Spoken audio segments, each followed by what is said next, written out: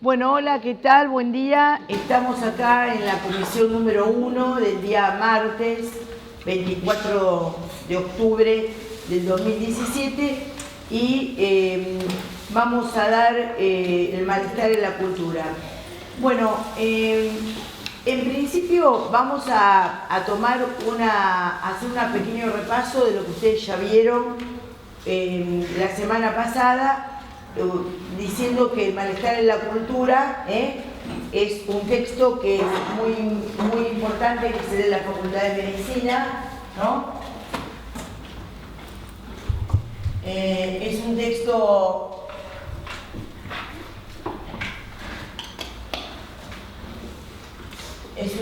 de Sigmund Freud, que escribe en 1930, ¿no?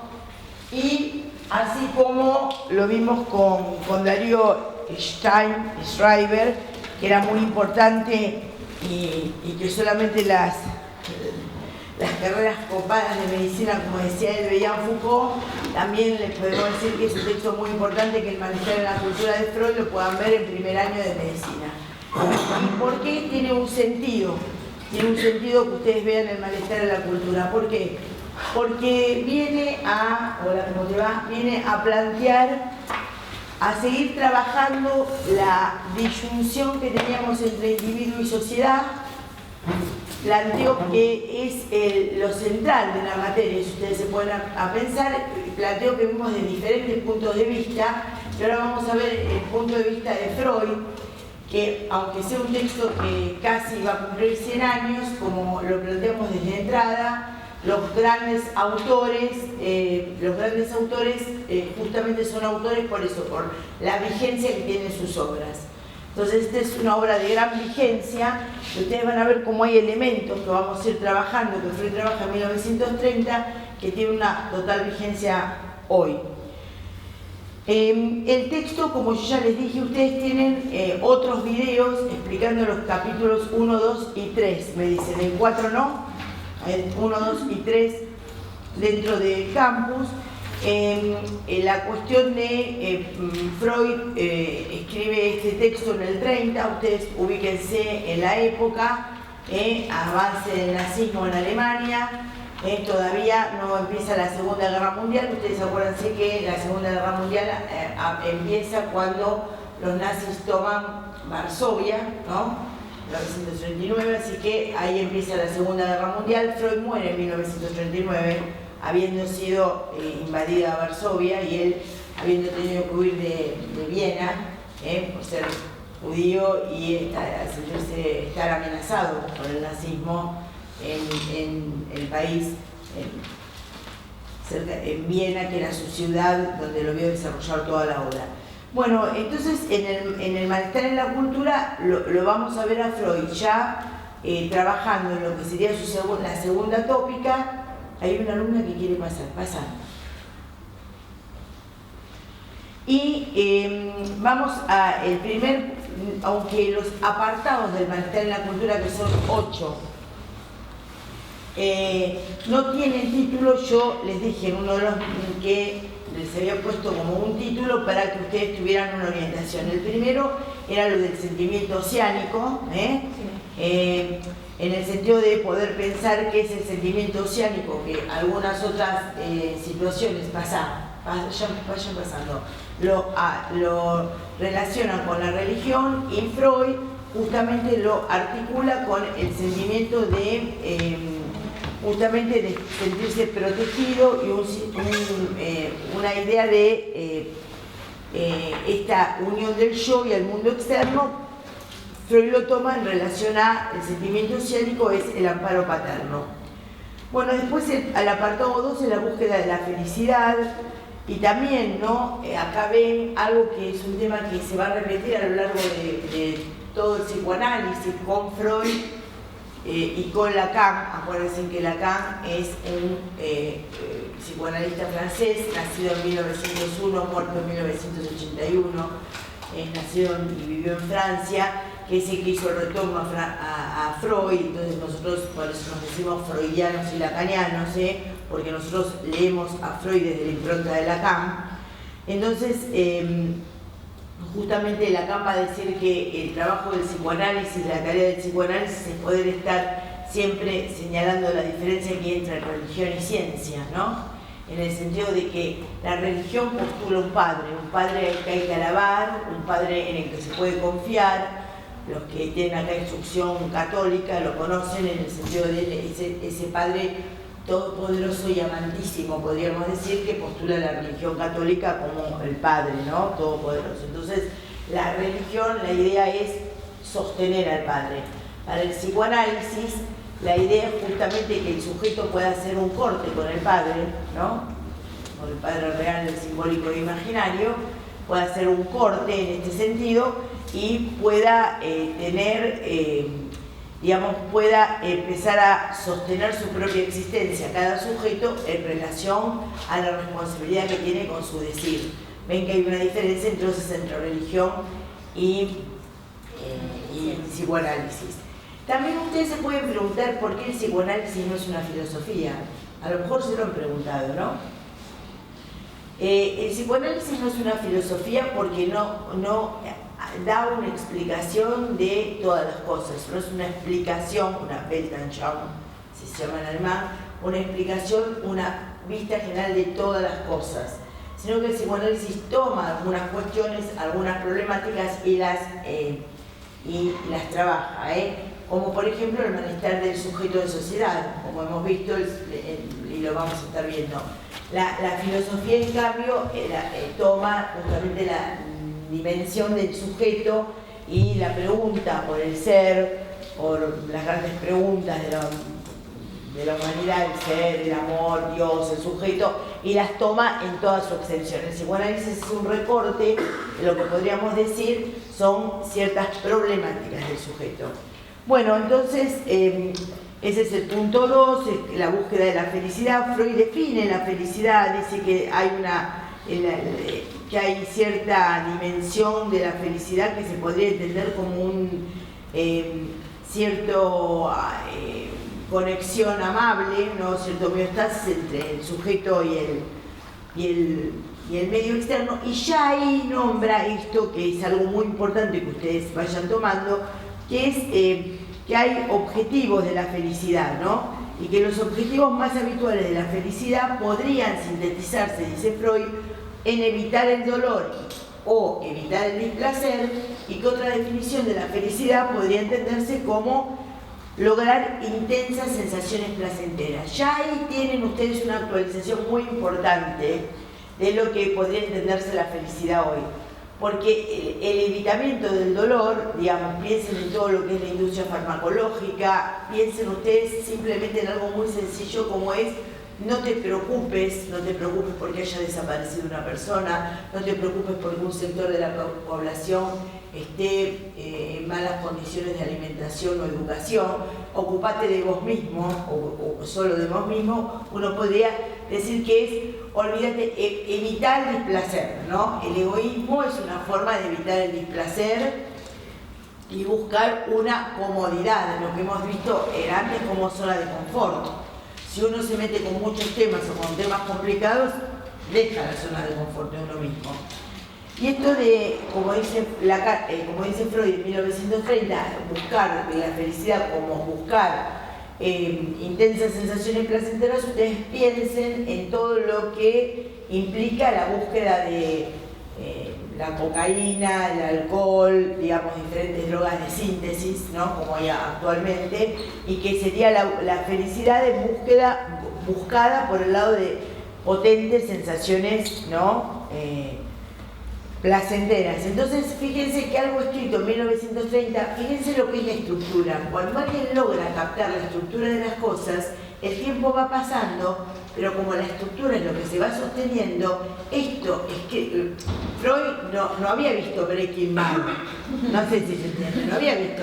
Sin embargo, y tampoco había drogas de síntesis. Sin embargo, él ya va entendiendo por dónde van estas cuestiones, ¿no? Y plantea lo que es muy importante, que es justamente cuáles son las fuentes del sufrimiento. ¿Se acuerdan cuáles son las fuentes del sufrimiento para Freud? el cuerpo, el mundo externo y la relación con nosotros. Muy bien. El cuerpo, entonces, como lo acaba de decir Alejandra, la fuente de sufrimiento.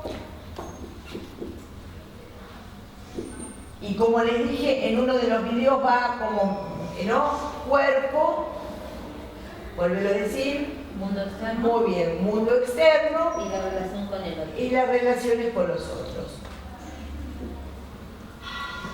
A medida que va pasando, va planteando mejor algunas cosas. Por ejemplo, va en el cuerpo. ¿Qué dice con respecto al cuerpo? Habla de la caducidad del cuerpo. Muy bien, habla de la caducidad del cuerpo. Entonces, ustedes que son jóvenes dicen, pero ¿de qué caducidad nos hablan? ¿No? Piensen en lo siguiente, que en términos de caducidad del cuerpo, puede estar planteado algo que a ustedes como médicos les tiene que interesar mucho, porque la caducidad del cuerpo no habla solamente de la vejez, habla de lo que ustedes van a tratar. Muchas veces van a ser consultados por esta fuente de sufrimiento, por el sufrimiento que implica la caducidad del cuerpo. Por ejemplo, no puedo caminar bien, no puedo ver bien, no puedo respirar bien, me duele algo, ¿se entiende? Entonces, ¿cómo el dolor, la insuficiencia, ¿no?, de alguna función, ¿se entiende? Puede ser muy sencilla como...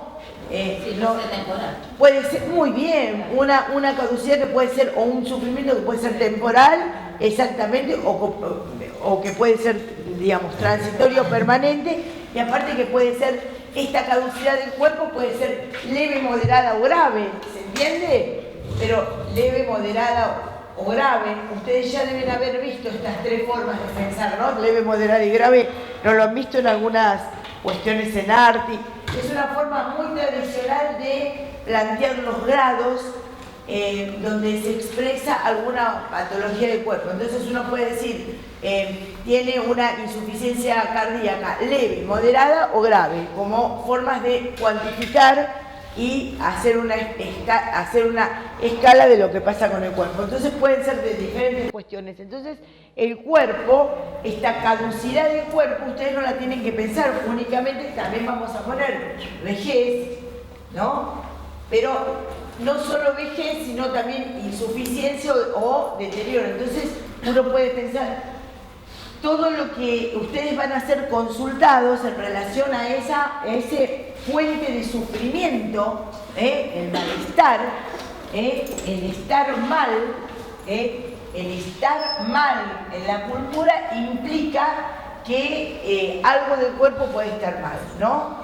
Puede estar fallando una falla, ¿no? Una falla en la relación de un cuerpo, que el cuerpo no es todopoderoso. Todos los cuerpos, ustedes tienen que también aprender a convivir con la idea de que la salud no es una entera, ¿no? La salud no es estar 100% bien, sino saber tolerar, digamos, los pequeños o grandes problemas que uno tenga en relación al propio cuerpo. Digo por ustedes mismos como estudiantes de medicina y con ustedes como médicos, no sé si se entiende. Bueno, en relación a el mundo externo, ¿cómo lo dice después Freud este mundo externo? ¿Cómo lo toma? ¿Cómo lo plantea mejor que mundo externo?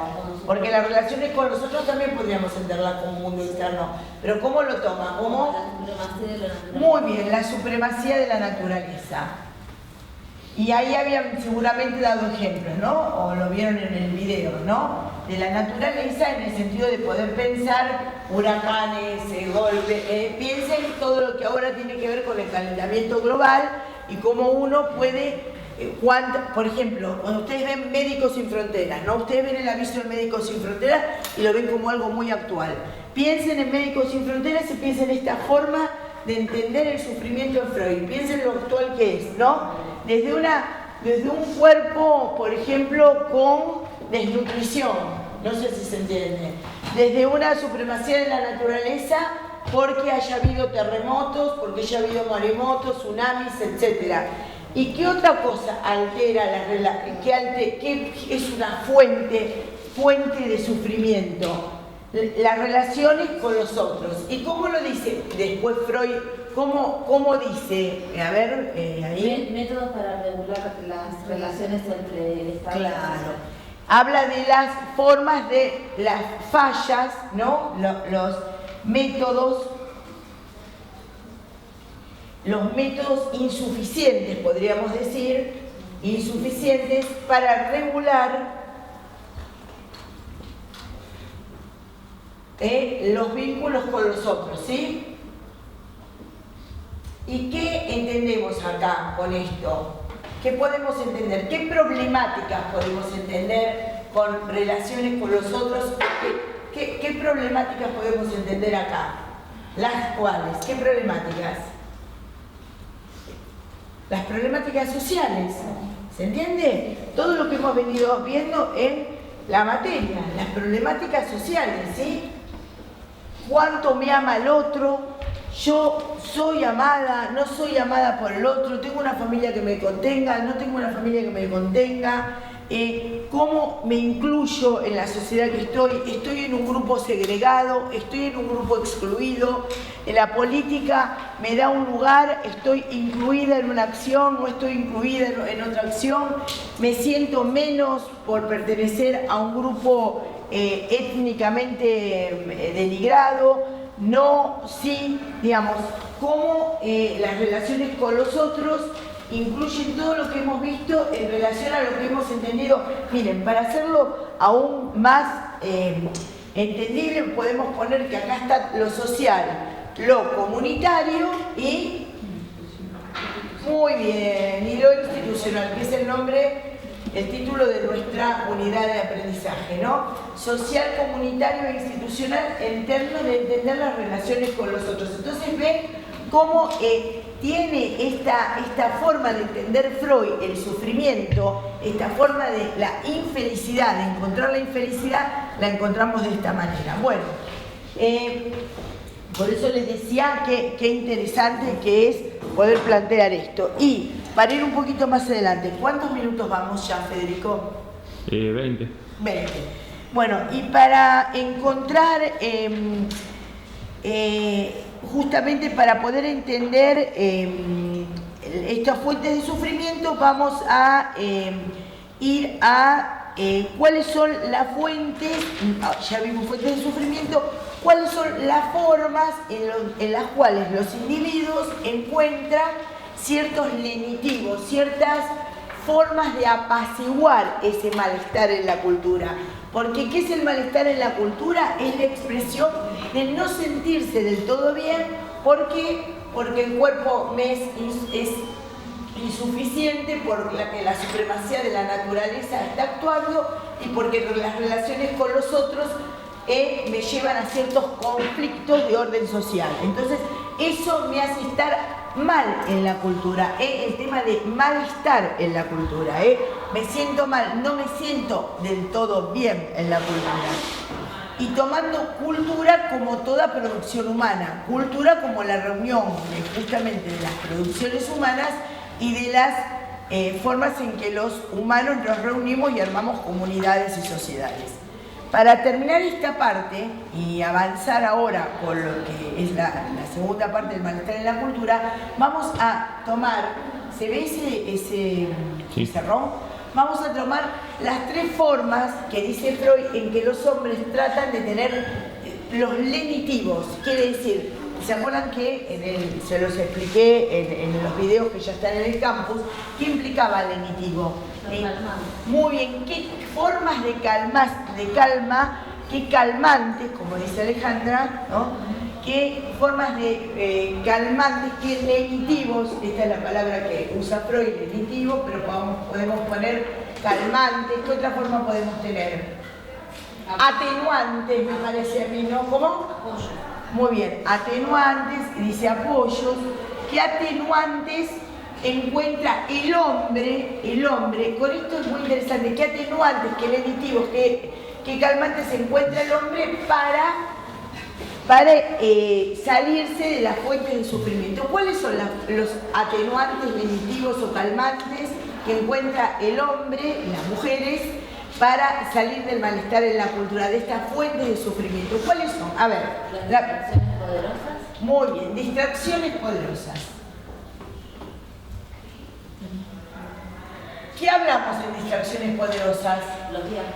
Muy bien. Por ejemplo, viajes. ¿Cuál nombra Freud? Viajes lo pusimos nosotros. ¿Freud qué nombra? No sé si lo leyeron. Freud pone el arte. Claro, porque es... y también pone hasta la ciencia acá.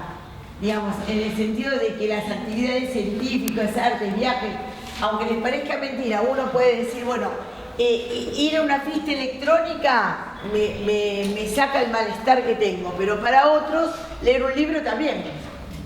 Digamos, uno podrá decir, bueno, son cosas más de viejos o de jóvenes, pero ustedes tienen que entender, porque ustedes tienen que entender algo. El paciente que ustedes vayan a atender no es alguien necesariamente igual a ustedes. Entonces, ¿para qué les damos esta materia y otras? Por ejemplo, interculturalidad, que es la que le sigue a esta. Para que ustedes entiendan las diferencias que van a tener los pacientes, que van a ir a consultarles a ustedes y que ustedes puedan captar, ¿no? Puedan captar en cómo está sufriendo el otro y que el otro necesariamente no sufre de la misma manera. ¿Se entiende? Esto es muy importante que ustedes lo tengan presentes como en la práctica médica y que lo vayan haciendo desde ahora, que vayan captando desde ahora estas diferencias. Entonces, Freud piensa que cómo zafan los hombres y mujeres del sufrimiento con distracciones poderosas. ¿Qué más? La segunda, ¿cuál es? Satisfacciones sustitutivas. Muy bien. Ahí hay satisfacciones sustitutivas. Bueno, esta es la más difícil de entender. Las satisfacciones sustitutivas es todo lo que implica el campo de neurosis. Como ejemplo pone la sublimación. Muy bien. Y pone sublimación. Con esto hay un video que yo hice, que estoy horrible en el video, pero igual lo vamos a poner, que es, ¿vieron que uno dice el cual? No, ese que la vieja está con la cosa azul, entonces ustedes ubican, bueno, la vieja está con la cosa azul, ustedes buscan ese. Hay uno que está vestida de beige, que habla de formaciones sustitutivas, que estoy en la comisión 4. Después lo vamos a ordenar con Federico y vamos a poner formaciones sustitutivas, porque es toda la vía de formación de síntomas. Lo voy a sintetizar diciendo que para Freud un síntoma psicoanalítico es una forma de salir de un sufrimiento para encontrar otra forma. Ustedes dirán, pero un síntoma es un sufrimiento. Pero el síntoma para Freud implica que hay decir una verdad, por un lado, y encontrar una forma nueva, más propia de sufrir. Quiere decir, encontrar una verdad en el síntoma psicológico, para decirlo de una manera. ¿Me explico o no? Más o menos, claro. Por eso les sugiero que vayan a ese video, que es toda una explicación de por qué. Digamos, voy a dar un ejemplo de Freud. Hay un niño que se llama Juanito, que Freud trató, que se llama el caso Juanito. Juanito le tenía miedo a los caballos. ¿Qué descubre Freud? Que Juanito le tenía una fobia a los caballos por algo en relación al padre, digamos. El padre no sabía llevar muy adelante el vínculo de padre, quiere decir no lo separaba, como digo yo, de la yegua de la madre. No todas las yeguas son malas, no todas las yeguas son malas. Los lobos son peores que las yeguas. Los lobos son peores que las yeguas. Pero en ese punto, Juanito, ¿qué hace? En lugar de plantearle al papá, claro, tenía 4 años, papá, tú no eres lo suficientemente vivo con mamá, no puedes separarme de ella y ella me agarra mucho, no hace eso. ¿Qué agarra? Le agarró una fobia con los caballos. Piensen en todos los niños que tienen fobias actualmente a la noche, digamos, los niños que se empiezan en la cama. Entonces Freud, ¿qué interpreta? Que ahí hay una sustitución. El síntoma es una sustitución de el llevarse mal con el padre, es trasladado es una metáfora a tenerle miedo a los caballos. Entonces, ¿qué hacemos los psicoanalistas? Los psicoanalistas lo que hacemos es tratar de entender que el síntoma dice una verdad, que esa verdad no tiene que ver estrictamente con lo que está planteando porque se ha operado una sustitución, por ejemplo, del padre al caballo. ¿Se ha entendido? Sí. Medianamente. No van a entender lo que es el síntoma psicoanalítico en 5 minutos, pero es una idea, se entiende que hay una metáfora. Y esto ustedes lo tienen que tener en la cabeza como médicos, no porque vayan a ser psicoanalistas, como médicos, que a veces hay una sustitución, que un problema está en un lado y sin embargo aparece en otro. Esto es muy importante que ustedes lo tengan en cuenta. Esto se llama metáfora o sustitución. ¿Queda claro, verdad? Sí. ¿Queda claro? Muy bien. Metáfora o sustitución es la fórmula en que la neurosis se establece. Son los síntomas, satisfacciones sustitutivas, neurosis. Puede decir, sublimación es neurosis, hemos explicado neurosis, síntoma. ¿Sí?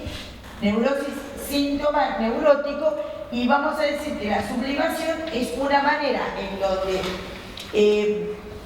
la tendencia cambia el fin y el objeto, y entonces en lugar de, podríamos decir, de que alguien, a ver qué ejemplo puede dar de sustitución, que no sea siempre los más habituales, voy a dar los más habituales. Bueno, alguien que tenga cierta tendencia anal, en lugar de tener cierta tendencia anal, de alguna manera cambie su forma de relacionarse con el excremento y sea escultor, por ejemplo. Entonces, la sublimación implica que una tendencia pueda ser expresada de otra manera. Una tendencia que dicha en forma más estricta se presentaría de una forma, cambie a otra forma. La sublimación implica cambio de objeto y fin de la pulsión. Ahora vamos a ir a eso en la segunda parte. Entonces, satisfacciones sustitutivas forma parte de las formas en que la gente intenta zafar de sufrir. Y la tercera, ¿cuál era? Tan actual. Narcótico. Freud lo llama narcótico, pero nosotros lo podemos llamar desde todas las drogas, ya podríamos decir drogas que se venden en el mercado de la farmacología, digamos, legal, o drogas de distribución ilegal. Así que ustedes fíjense cómo estas tres formas de zafar, de intentar salir de las fuentes de sufrimiento que trae el malestar en la cultura, siguen siendo actuales. Ahora, en la segunda parte, vamos a ver por qué se produce el malestar en la cultura. Ya vimos que el malestar en la cultura no es sentirse del todo cómodo de la cultura. Vimos las fuentes de sufrimiento y vimos la forma de zafar. Ahora, a continuación, lo que vamos a ver es por qué se produce el malestar en la cultura, que es algo más difícil que lo que vimos ahora. Pero ya empezamos. Bueno, seguimos en unos minutos. Gracias.